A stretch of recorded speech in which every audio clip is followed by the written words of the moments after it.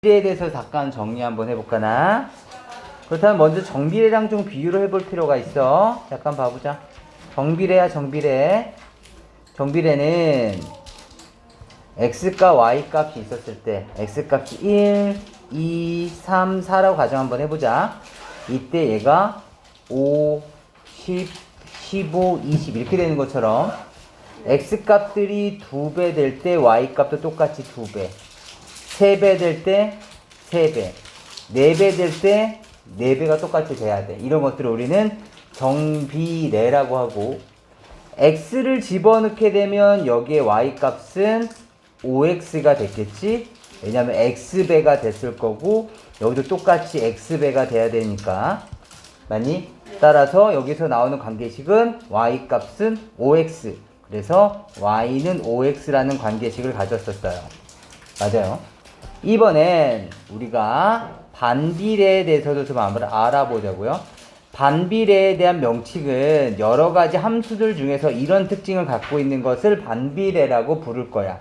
x값을 1, 2, 3, 4라고 가정해 해봤을 때 x값이 예를 들어서 1일 때 y값이 6이었다고 가정 한번 해봅시다. 그렇다면 2배 되면 2분의 1배가 돼야 되는 거야. 그럼 얼마야? 3. 3배 되면 3분의 1배가 돼야 돼. 얼마야? 2. 4배가 되면 4분의 1배가 돼야 돼. 4분의 6. 다시 말하면 2분의 3. 이런 형식이 되는 거죠. 약간의 차이가 나는 거 이해하시겠어요? 여기서는 곱하기 4를 했다면 곱하기 4분의 1 이런 식으로 4배가 되면 4분의 1배가 될 때 이런 것들을 반비례라고 부르고, 봐봐.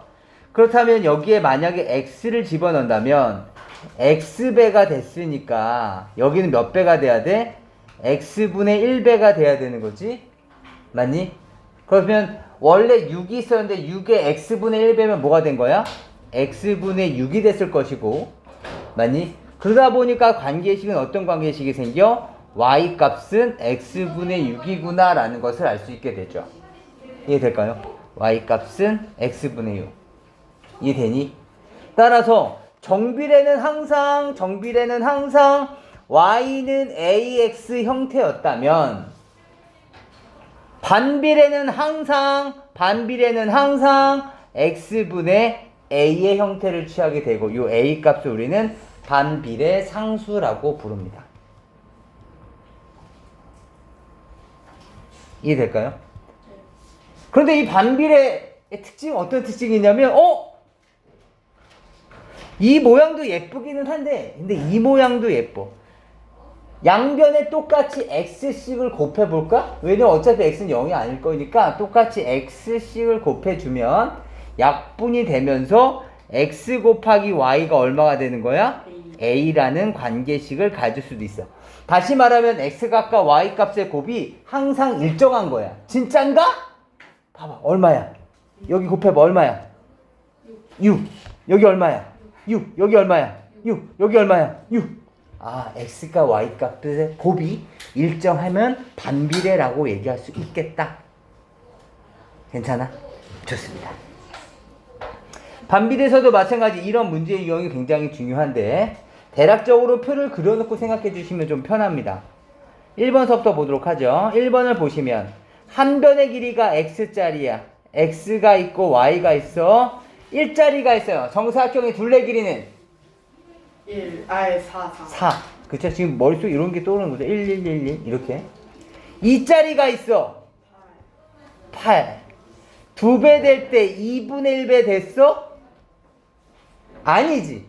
2배 될 때 똑같이 2배가 됐잖아. 얘는 뭐가 되는 거야? 정비례. 반비례가 아니네.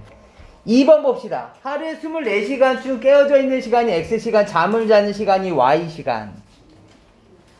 x, y 이렇게 한번 만들어 보죠. x랑 y야. 내가 만약에 깨어있는 시간이 1시간이야. 너무한 거 아니야? 깨어있는 시간이 1시간이야? 그럼 자는 시간은? 3시간, 23시간이죠. 맞아요? 2시간이면 2시간을 깨어났어. 그렇다면 22시간. 2배 될 때 2분의 1배 배 된 거 맞아? 아니지. 23 2분의 1 하면 20이 되는 거 아니잖아. 그죠? 네. 얘는 아무것도 아니야. 정비례도 아니고 반비례도 아니네. 다시. 초속 3m로 x초 동안 움직인 거리 y야. x, y라고 해봅시다. x값이 1이야. 초속 3m란 얘기는 1초당 3m씩 간다는 거죠. 1초마다 3m씩 가는 애들이야. 그런데 1초 동안 움직였대? 몇 미터? 3m 움직였겠지? 맞니? x값이 2라면 2초 동안 움직인 거리는 6. 2배 될 때 몇 배 됐어? 2배 됐어. 얘는 정비례네. 2분의 1배가 아니라. 이해할 수 있겠어요? 다시 한 번만 더 해보죠. 한 개에 800원 하는 쿠키 X개를 사고 5,000원 냈을 때 거스름돈 Y래. 한번 식을 세워봅시다. 하나 냈어. 하나 샀어. 쿠키 하나 샀어. 4,000원. 그렇다면 5,000원 내고 800원짜리 하나 산 거니까 얼마야? 4,200원. 두 개 샀어. 그럼 1,600원짜리 물건을 사고 5,000원을 낸 거니까 얼마야? 3,400원. 2배 될 때 2배 됐어? 아니야. 2분의 1배 됐어? 아니야. 얘도 아무것도 아니네. 다시. 소금 10g이 들어있는 농도 Y%야. X가 Y 값이야. 한번 보도록 해봅시다. 1g은 될 수가 없어. 소금이 이미 10g이 들어있기 때문에. 뭐 대략 한번 해볼까요? 100g 한번 해봅시다. 100g. 그러면 소금물 100 중에서 소금이 10 들어있을 때 여기다 곱하기 100을 하면 그것이 바로 농도죠. 얼마? 10%. 이해되세요? 농도 계산할 수 있겠어? 농도는 소금물분의 소금 곱하기 100이야. 알겠지? 그렇다면 만약에 200이야. 소금물 200g이래. 그렇다면 어떻게 되겠어? 소금물 200g 중에서 소금이 10g 들어있는 비율인데 거기에 퍼센트를 바꾸기 위해서 곱하기 100을 해주시면 찍찍 되면서 찍찍 되니까 얼마야? 5가 된 거야. 맞니? 2배 될 때 2분의 1배 된 거 맞아? 네. 맞아. 얘가 바로 뭐가 되는 거야? 반비례가 되는 거죠. 만약에 관계식을 세운다면 이렇게 되겠죠? 관계식을 세운다면 x분의 10 곱하기 100을 한 것이 바로 농도 Y%가 되니까 결국에는 Y는 X분의 1000 또는 XY는 1000이라고 표현할 수 있기 때문에 얘는 바로 반비례. 그래서 정답은 5번이 되는 것이죠. 이해할 수 있겠어요? 좋습니다. 지금 1217번 지금 빨리 한 번만 좀 정리해 볼게요. 네, 이번엔 다음 문제 유형으로 넘어가 보도록 하죠. 유형 11번 문제인데요. x의 값이 2배, 3배, 4배 될 때 y 값이 2분의 1배, 3분의 1배, 4분의 1배가 되고 왜 이렇게 문장을 길어? 제가 이걸 세 글자로 바꿔볼까요? 이거죠. 뭐예요? 반비례. 맞아요. 반비례란 뜻을 이렇게 길게 얘기를 해놨네요. 아시겠죠? 반비례일 때 x가 올 때 y는 마이너스 2이다. 우선 반비례 관계식은 뭐라 그랬었죠? x 곱하기 y가 항상 어떤 특정 값으로 일정해야 된다고. 이해돼? 그런데 얘가 이렇게 돼 있대. 그렇다면 a 값은 얼마란 얘기야? 마이너스 5 곱하기 마이너스 2가 a가 됐을 테니까 결국에 a 값은 마이너스 10. 그래서 이 관계식은 이렇게 바뀐 거죠. 근데 이번엔 x값이 4일 때 y값이 얼마냐고 물어봤어. x값이 4일 때 y값은 얼마입니까? 를 물어봤으니까 결국에 y값은 얼마야? 마이너스 4분의 10. 우리가 방정식 풀듯이 해결해 주시는 겁니다. 괜찮을까요? 1차 방정식 풀듯이 하시는 거예요. 이해되실까요? 그렇게 어려운 내용은 아닙니다. 괜찮죠? 이해되실까요? 네, 넘어가 보도록 하겠습니다. 1223번도 잠깐 보죠. 속력이 일정한 음파의 진동수는 파장에 반비례한다. 거기다 줄 쳐놓을까요? 음파의 진동수는 파장에 반비례한다. 이 문장을 보자마자 어디까지 식이 세워져야 되냐면 진동수 곱하기 파장은 어떤 특정 값으로 일정해야 된다. 이런 얘기죠. 반비례라 했으니까. 봅시다. 파장이 2m일 때 진동수가 170Hz래요. 아, 진동수가 170? 파장은 2m? 그럼 A 값은 얼마야? 340. 따라서 A 값은 340이 된 거예요. 그 다음에 다시 파장이 5m라면 그때 진동수는 얼마입니까? 곱하면 얼마 넣어야 된다고요? 340 넣어야 된다고요. 이해할 수 있겠습니까? 네. A 값 340이니까.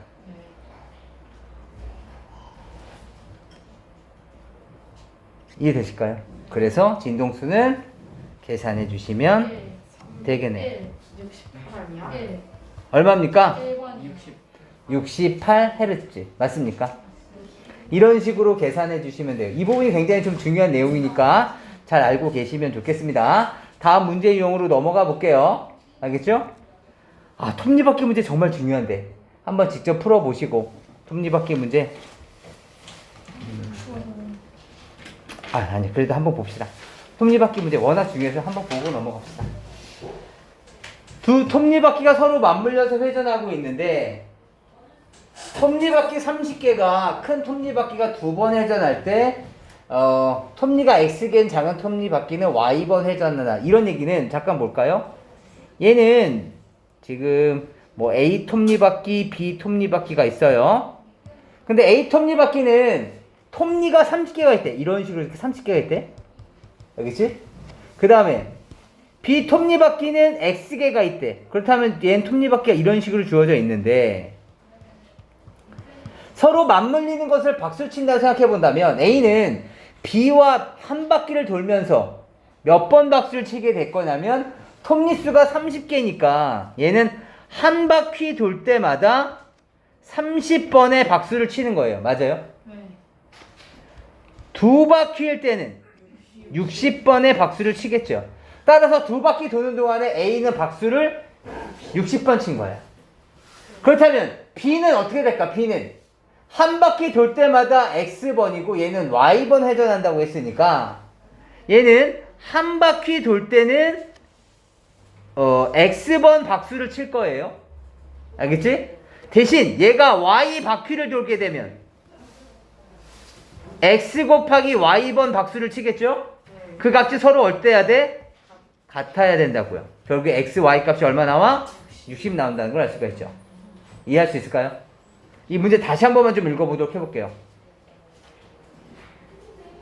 그러니까 결국엔 두 톱니바퀴가 박수친 횟수는 서로 똑같아야 되는 거죠. 그것만 머릿속에 두시는 겁니다. 아시겠죠? 넘어가 보도록 합시다. 이번엔 그래프에 관련된 내용인데 그래프에 관련된 내용은 여기를 보면서 봅시다. 반비례 관계에 대한 그래프는 다음처럼 반비례 상수가 양수냐 음수냐에 따라서 그래프의 모양이 달라집니다. 왜 달라집니까? 라고 물어봐도 저는 해드릴 말씀이 없어요.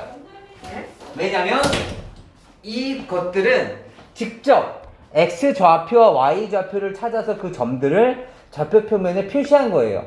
그러다 보니까 그래프가 이렇게 나타날 수밖에 없기 때문에 이것은 좀 가슴으로 받아들일 수밖에 없다. 알겠지? 우선 어떤 특징이 있는지 먼저 볼까요? 먼저 좌표축이 한없이 가까워지면서 쭉쭉 뻗어져 내려가는 한 쌍의 곡선이다. 아, 그렇죠. 둘 중에 하나 선택해달라는 것이 아니라 둘 다. 알겠지? A가 음수일 때도 둘 다. 알겠죠? 괜찮아. 다시 A가 양수라면 지금처럼 이렇게 1사분면과 3사분면을 지난다. 그렇죠? 눈에 보이시죠?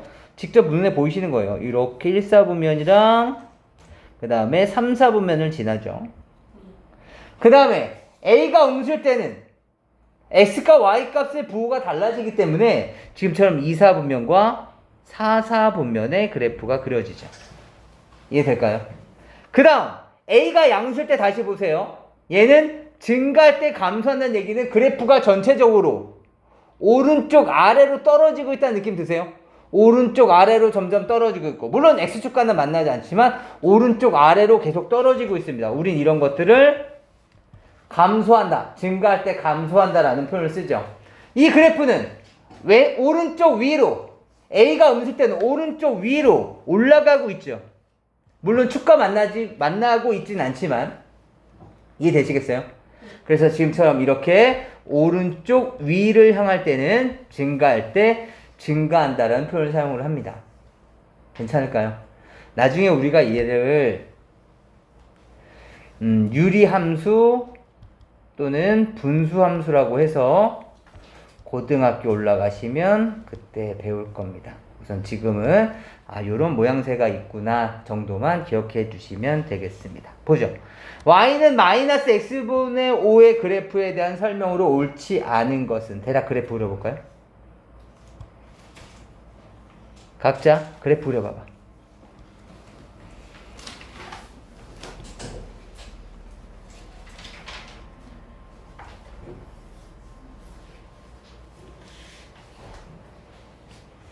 여기는 x 곱하기 y가 마이너스 5가 된다는 얘기니까 뭐 대략 x에다가 1 같은 숫자 집어넣으시면 1일 때 마이너스 5, 그쵸? 뭐 요러한 점들을 지나는 거죠. 이해되세요? 그 다음에 5일 때는 마이너스 1, 뭐 이런 숫자를 지나다 보니까 그래프에 대한 개형이 이렇게 떨어질 수밖에 없다. 반대쪽도 마찬가지였겠죠? 마이너스 1을 집어넣으면 5라는 값이 나올 거고, 또 마이너스 5를 집어넣으시면 1이라는 값이 나올 것이기 때문에 그래프는 대략 이런 식의 그래프가 주어지게 되는 거죠. 이해될까요? 서로 간에는 원점 대칭이에요. 좀 어려운 표현이지만 원점 대칭이어서 얘네들에 있는 점을 쭉 이렇게 연결하게 되면 이렇게 놓여져요. 원점을 지나면서.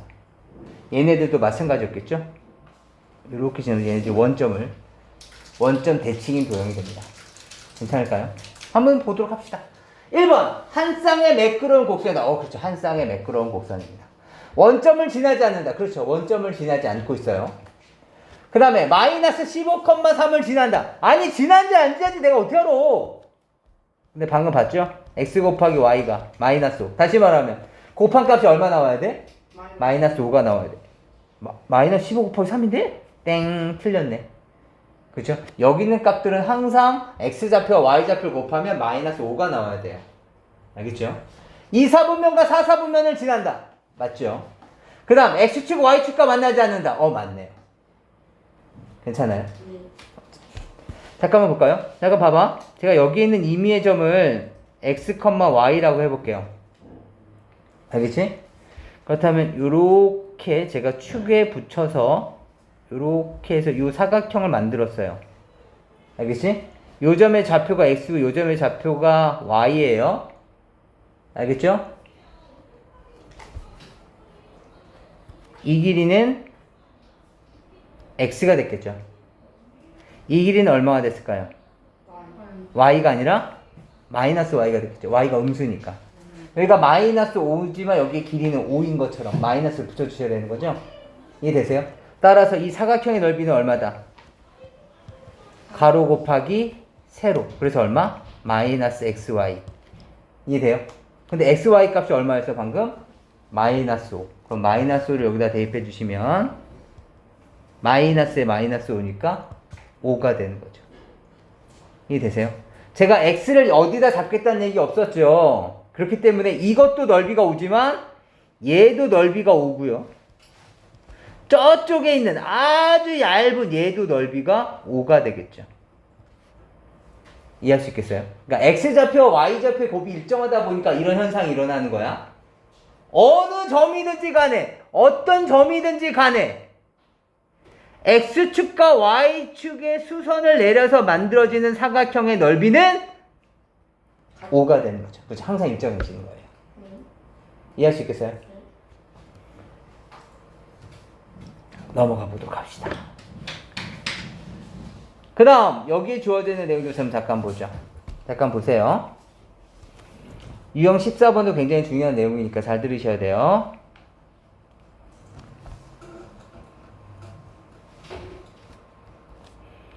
x 곱하기 y는 1이 있었다고 한번 생각해 봅시다. 알겠지? 그렇다면 여기는 x 값에다가 1을 집어넣으면 y 값이 얼마 나와야 돼? 네. 1이 나와야 돼. 맞니? 그러니까 이 그래프는 점점 이렇게 될 수밖에 없어. 1일 때 1을 지나야 되니까. 이번엔 x, y는 2 한번 그려볼까? x, y는 2. x 값이 1이면 y 값은 얼마야? 2. 그쵸? 그러니까 1,2 이렇게. 이해되세요? 그럼 그래프가 대략 어떻게 되겠어? 바깥쪽으로 이렇게 떨어지겠지. 이렇게 바깥쪽으로. 이해되세요? 이건 1일 때 1, 여길 지나야 되고 2일 때 여길 지나야 되니까.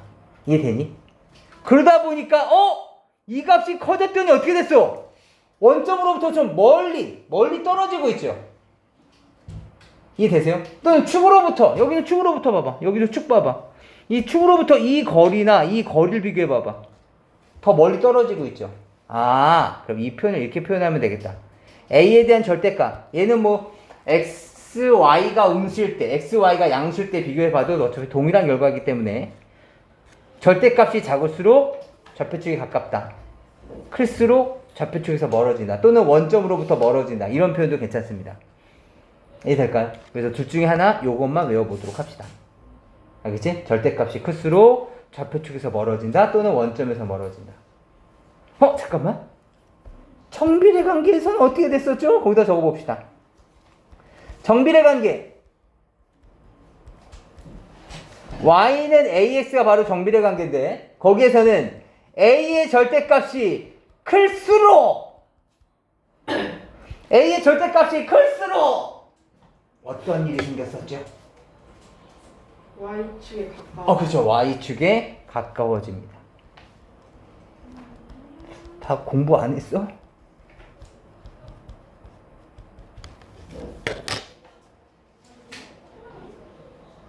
이것도 기억해 주시면 좋겠습니다. 이것도 좀 필기해 주시고. 볼까요? 다음 중 좌표축에서 가장 멀리 떨어져 있다고? 가장 멀리 떨어져 있어? 그렇다면 반비례 상수 A에 대한 절대값이 가장 크다, 작다? 커요. 가장 크다를 물어본 거죠. 그렇죠? 절대값이 가장 큰 거. 얘는 A가 얼마야? 5요. 5. 그쵸? 맞아요. A 절대값이 왔고요. A 절대값은 5. 얘는 A의 절대값은 1. 얘는 A의 절대값은 1. 얘는 X의 3분의 1이에요. 그렇기 때문에 3분의 1입니다. 얘는 A의 절대값은 3. 얘 A의 절대값은 5분의 1. 이렇게 되겠죠. 따라서 가장 멀리 있는 것은 정답은 1이요, 1. 1번. 원점으로부터 가장 가까운 것은? 아까 5분의 1이요. 그래서 정답은 5번이 되는 거고. 그죠? 정답은 이 문제 정답은 1번이 되는 거고, 가장 가까이 있는 것은 5번이 되는 거죠. 이해할 수 있을까요? 잘 이해를 해주시면 좋겠습니다. 넘어가 보도록 하죠. 아까 말씀드렸듯이 그래프 위에 있는 점은 대입을 해봐야 돼. 그래프 위에 있다 없다는 우리가 알 수가 없기 때문에 대입을 해봐야 되는데 대신 반비례는 좀 편해. 반비례는 뭐라고? x 곱하기 y가 마이너스 4라고. 따라서 x좌표와 y좌표를 곱했을 때 마이너스 4가 되는 걸 찾는 거야. 지수가 몇 번? 1237번이요? 응? 답이요.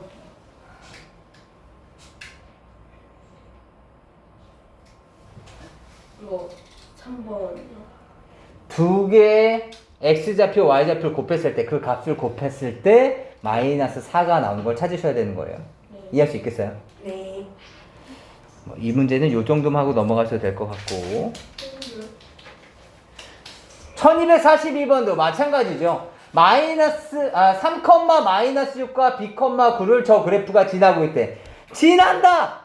와, 이건 뭐 여러분들이 고등학교 3학년 때까지 수학 문제라는 것을 푼다면 지난다라는 표현 나왔을 때 뭐 해줘야 돼? 대입이야. 이거는 뭐 약속이야, 대입. 따라서 여기다 그대로 대입해줘도 된다. 따라서 3, 마이너스 6을 지난다는 표현 보자마자 마이너스 6은 3분의 A요. b, 9도 지난다고요? 그렇다면 9는 b분의 a요. 이렇게 문제를 풀어줘야 되는데 반비례 같은 경우는 이렇게 식을 적어주는 것보다 얘가 훨씬 더 빨라. 곱한 값이 얼마? a라고. 그쵸? 그러니까 a 값이 마이너스 18인 거죠. 요 a 값. 알겠지? 왜냐면 관계식을 이 관계식이라고 생각하자는 뜻이야. 알겠죠? 얘는 b 곱하기 9가 a다. 이해할 수 있겠어요? 그럼 결국엔 이 두 개씩을 합치면 뭐가 되는 거야? 9 곱하기 b가 마이너스 18. 따라서 b 값은 얼마야? 마이너스 2. 이렇게 찾아낼 수 있을 거라는 거죠. 이해될까요? 물론 당연히 a 값은 마이너스 18이 됐을 것이고. 괜찮을까요? 뭐 이러한 내용들이어서 그렇게 어려운 내용은 아니리라 생각이 듭니다. 1247번도 잠깐 보죠. x좌표와 y좌표가 모두 자연수래. 다시 말하면 얘는 자연수 컴마 자연수라는 거죠. 맞습니까? 네. 따라서 y값이 자연수여야 되는데 얘는 자연수 분의 12래. 분수가 아니라 얘가 분수가 아니라 자연수라고? 그렇다면 12에 의해서 이 분모는 약분돼야 되는 거지. 따라서 우린 얘를 12에 뭐라고 불러? 약수라고 부른다. 이해돼? 따라서 x좌표인 분자 12의 약수 불러봐. 1, 2, 3, 4, 6, 12. 그럼 분자가 1이라면 12. 분모가 1이라면 12. 곱해서 12가 나와야 되는 거니까 얘는 얼마? 6. 그 다음은 4, 3, 1. 이렇게 만들어지겠다. 그럼 저 다 써야 돼요? 네. 모두 구하라고 돼 있습니다. 아, 야, 너 무슨 연필이 무슨 한 100kg 돼? 그냥 귀찮아. 야, 이 정도가 뭐가 있잖아. 그 다음 우리가 이제 관계식 찾아보자. 한 쌍의 매끄러운 곡선이야. 얘를 보자마자 뭐가 떠올라? 이 그래프를 딱 보자마자 반비례가 떠오르는 거야. 반비례 관계식은 뭐라고? xy가 a라고. 근데 얘가 지나는 점의 좌표가 6,2잖아. 그치? 따라서 6 곱하기 2가 a가 나와야 되는 거니까 결국에 a 값은 얼마야? 12. 그럼 xy는 12라던가 또는 y는 x분의 10이라는 것을 찾아내 주시면 되겠습니다. 괜찮을까요? 네. 이게 어려운 내용은 아니니까 잘할 수 있으리라 생각이 듭니다. 넘어가 보시죠. 1254번도 직접 보죠. 아까 말씀드렸던 내용이네요. 얼마? xy는 15? 15. 얘 넓이 15. 아까 말씀드렸었죠? 이 점의 좌표가 뭐가 됐든지 간에 x, y라고 잡는다면 이 길이는 x, 이 길이는 y. 따라서 x 곱하기 y는 15. 따라서 얘 넓이는 15. 괜찮을까요? 그 다음에 요 정도도 한번 볼까요? 이제 거의 끝나갑니다. 좀만 힘내주세요. 봅시다. 정비례 그래프와 반비례 그래프가 다음처럼 만나고 있대. y는 ax에서 a 값을 구하려면 y는 ax가 지나고 있는 점, 지나는 점을 대입해 주셔야 돼요. 지나는 점의 좌표들을 대입해 주셔야 되는데 문제에 주어져 있는 좌표는 얘가 있네. 근데 이 좌표가 좀 불안정해. 왜 불안정해? 마이너스 2, b 값을 몰라.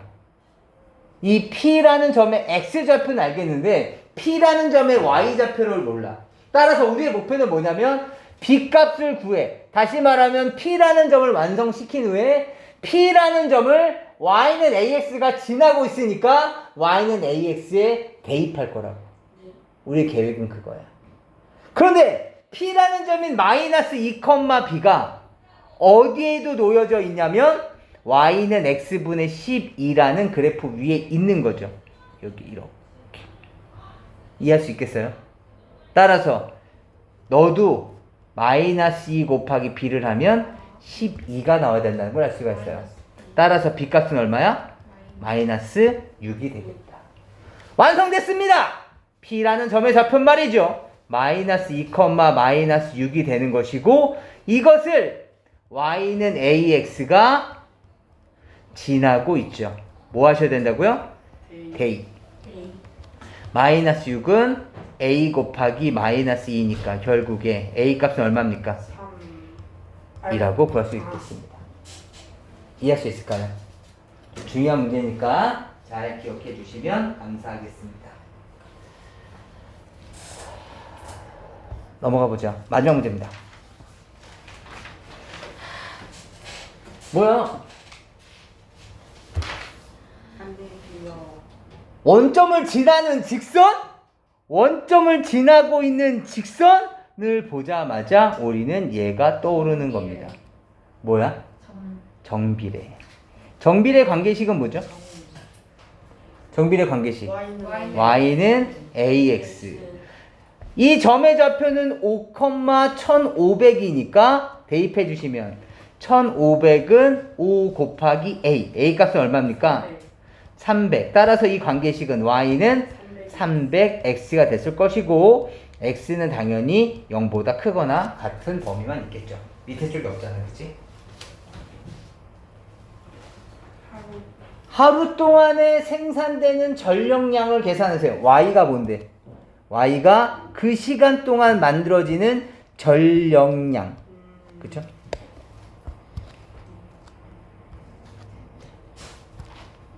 그 다음에 얘는 작동시간 X. 이렇게 되겠죠.